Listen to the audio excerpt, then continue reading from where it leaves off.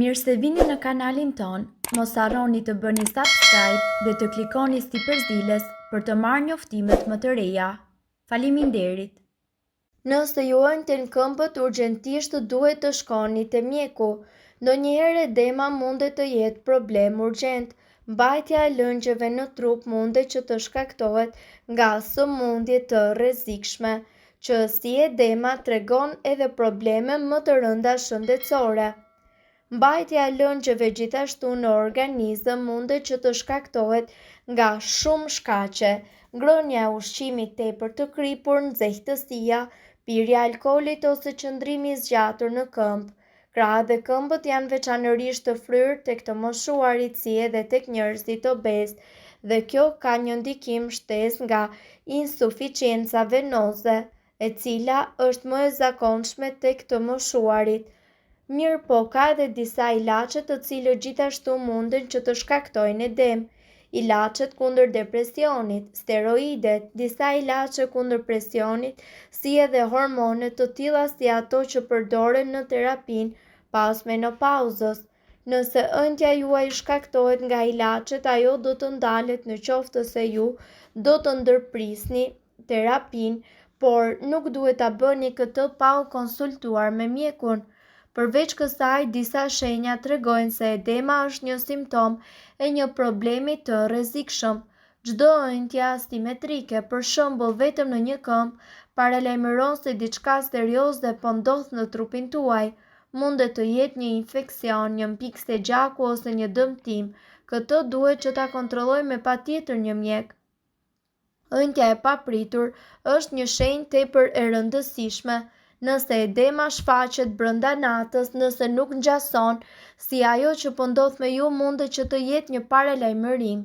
Nëse keni simptoma të tjera të cilat të lidhen me ëndjen, duhet që të shkoni menjëherë tek mjeku, për shembull skuqje, dhimbje, ethe, ndjenjë të presionit ose dhimbje gjoksi. Ju mund ta bëni vetë testin e edemës. Shtypni me gishtin për disa sekonda dhe vazhdoni të vëzhgoni ëndjen. Nëse nuk zhduket në më pak se 5 sekonda, ka shumë të ngjarë që të keni probleme me zemrën. Koha është për të shkuar tek mjeku. Gjithashtu, ju mund të provoni recetën me mente. Në gjysmë litër ujë shtoni 2 lugë gjelle mente të tharë dhe vëreni atë që të zgjej për 20 minuta. Pastaj hiqeni nga zjarri, lëreni të ftohet dhe kullojeni. Në vazhdim, ruajeni lëngun e mbledhur për 1 javë në frigorifer. Aplikoni në këmbë kur i ndjeni të ëntura dhe të lodhura. Receta me dafinë. Merrni disa gjethe dafinë dhe një enë me ujë. Mbushni një enë me ujë dhe hidhni në të gjethet e dafinës. Vendoseni në zjarr që të vlojë për 20 minuta dhe më pas largojeni nga zjarri. Lëreni që të ftohet pak dhe zhysni këmbët në të. Mbajini për 20 minuta. Më pas vishni një palë çorape në mënyrë që të mbani të njëjtën temperaturë edhe për pak kohë. Bëni të njëjtën gjë çdo ditë dhe ju nuk do të ndjeni më probleme me këmbët tuaja. Gjithashtu, mjekët rekomandojnë që ju ta ndiqni këtë procedurë të paktën për 1 javë çdo 6 muaj. Në rast se ju keni ëndje serioze të këmbëve, ju thjesht mundet që të përgatisni një dush me gjethe dafine në mëngjes dhe në mbrëmje. Për të hequr qafe djersitjen e këmbëve, bëni një dush para se të flini dhe hidhni 40 gjethe dafine ose mund të hidhni dhe 20, nuk ka problem. Majdanozi shtohet zakonisht në gatim, por kjo barishte me sa duket ka shumë veti mjekësore gjithashtu. Kjo barishte e gjelbër është një burim ushqyes me vitamina A, B, C dhe K dhe minerale si hekuri dhe kaliumi. Ai luan një rol në parandalimin e efekteve anësore të diabetit në mëlçi, ekuilibron sheqerin në gjak dhe ndihmon në ekuilibrin afatgjat të peshës. Për më tepër, majdanozi ka treguar që ul rrezikun e sëmundjeve të këqija, mbron enët e gjakut, lufton inflamacionin në trup dhe gjithashtu forcon sistemin imunitar dhe mbron nga një larmi sëmundjesh. nga ateroskleroza, diabeti, sëmundja e zorrës së trashë deri te azma. Megjithatë, është një nga mënyrat më efektive për ta trajtuar në mënyrë të natyrshme këmbët e fryra. Prandaj, është gjithashtu i popularizuar në mesin e njerëzve të cilët duan të humbasin peshë shpejt përpara një ngjarje të rëndësishme, pasi eliminon lëngjet e tepërta nga trupi.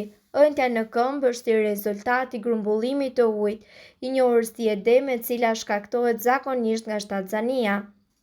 Për më tepër, edema gjithashtu mundet të shkaktohet nga konsumimi i tepërt i ushqimeve të papërpunuara dhe të kripura. Si ta përgatisni? Vloni një tenxhere me ujë dhe mbushni një filxhan, pastaj shtoni 1/4 e gjetheve të freskëta të majdanozit, lëreni për 5 deri në 7 minuta, kullojeni dhe pijeni. Ju duhet të stynoni të pini deri në 2 gota me çaj majdanozi çdo ditë. Fryrja ose ëndja e këmbëve është një problem i cili ndodh shpeshherë tek njeriu dhe veçanërisht tek gratë. Ky problem shpesh shkaktohet nga lodhja dhe dhimbja sikleti së cilës ndihet më së shumti në mbrëmje kur ne shtrihemi për gjumë. Fryrja e këmbëve mundet që të reflektojë lodhjen e trupit gjatë ditës, ashtu si edhe simptomat e një sëmundje e cila ka prekur organizmin. Megjithse fryrja ose ëndja nuk është një rast shqetësues në përgjithësi, simptomat e saj shërbejnë si një sinjalizues i komplikacioneve të tjera shëndetësore. Përdorimi i këpucëve jo të rehatshme është një nga shkaqet i cili shkakton fryrjen e këmbëve. Këpucët apo çizme që ngushtojnë apo ushtrojnë presion tek damarët e këmbëve, të cilat ne mund t'i mbajmë për disa orë gjatë ditës. Të punosh në këmbë apo të qëndrosh në këmbë për një kohë të gjatë në të njëjtin pozicion, mungesa e aktivitetit dhe ushtrimeve fizike. Konsumimi i tepërt i kripës nxit akumulimin e lëngjeve, toksinat, probleme me veshkat, variqet, edema dhe artriti, mbi pesha e të tjerë. Çfarë diete duhet të ndjekësh? Dietat apo mënyra e ushqimit është faktori më bazik në pastrimin e organizmit nga toksinat. Simptomat e fryrjes së këmbëve sinjalizojnë se diçka në organizmin tuaj nuk po shkon mirë dhe se indet janë dobësuar apo lënduar dhe se jeni duke akumuluar shumë lëndë helmuese. Toksinat e akumuluara gjithashtu shkaktojnë edhe komplikacione në stomak dhe rrisin gjithashtu nivelin e aciditetit në gjak. Për të parandaluar të gjitha këto probleme vjen në ndihmë mënyra të ushqyerit. Ushqimet e ndalura janë ushqimet e kripura, ushqimet e skuqura apo të procesuara, uthulla apo mustarda, produktet me sasi të lartë mielli, ushqimet me sasi të lartë sheqeri dhe mishi i kuq. Mënyra e duhur të ushqyerit. Një dietë rigoroze e shëndetshme në largimin dhe pastrimin e lëngjeve toksike të akumuluara është shumë e rëndësishme. Të paktën një herë në javë përpiquni të pini 3 litra ujë në ditë. Niseni ditën duke konsumuar një gotë me lëng limoni.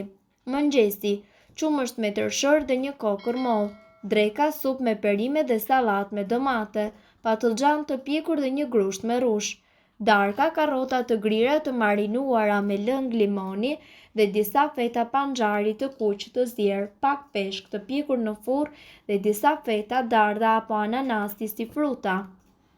Për një rezultat më të plotë, përpiquni të ndiqni këtë mënyrë ushqimi për një javë duke përfshirë konsumimin e sa më shumë ujë si edhe mollë dhe rush. Mirë po duhet të dini se këto informacione nuk kanë për qëllim të zëvendësojnë ilaçet e përshkruara nga mjeku. Nëse ndonjë prej këtyre përbërësve ju shkakton alergji, e mira është që të mos i përdorni këto receta të mjekësisë alternative. Para se të përdorni këto receta, ne ju sugjerojmë që të këshilloni më parë me mjekun tuaj.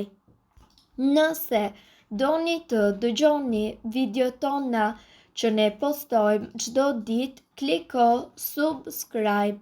Ju ftojmë gjithashtu të bëni like në videot tona nëse i keni dëgjuar dhe e pëlqyer ato. Faleminderit që e pat videon ton. Shpërndajeni këtë video në profilin tuaj në mënyrë që të informohen edhe shokët tuaj. Faleminderit!